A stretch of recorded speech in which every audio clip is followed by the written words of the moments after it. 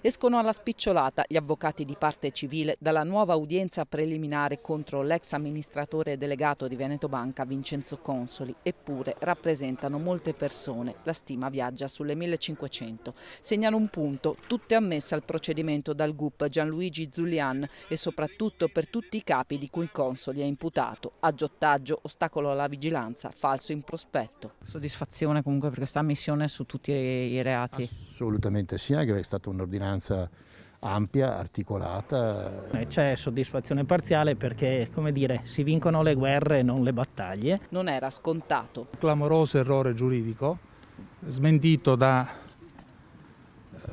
plurime sentenze di casi completamente identici, non da ultimo quello di Popolare di Vicenza, in cui le parti civili non sono state ammesse sul reato di ostacolo alle funzioni di vigilanza. Così il legale dello stesso Consoli. Il processo è comunque una corsa contro il tempo, prescrizione all'orizzonte il prossimo autunno, eppure non è mancata in mattinata la protesta di alcuni ex risparmiatori. Il problema è anche quello di conoscere cosa effettivamente sia accaduto in queste banche. Costituita parte civile, sì, che bisognerà avere tanta pazienza perché la giustizia ha dei tempi lunghissimi.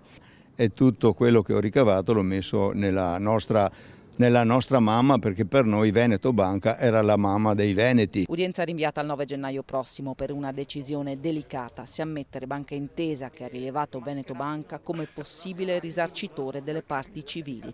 E qui la storia cambierebbe.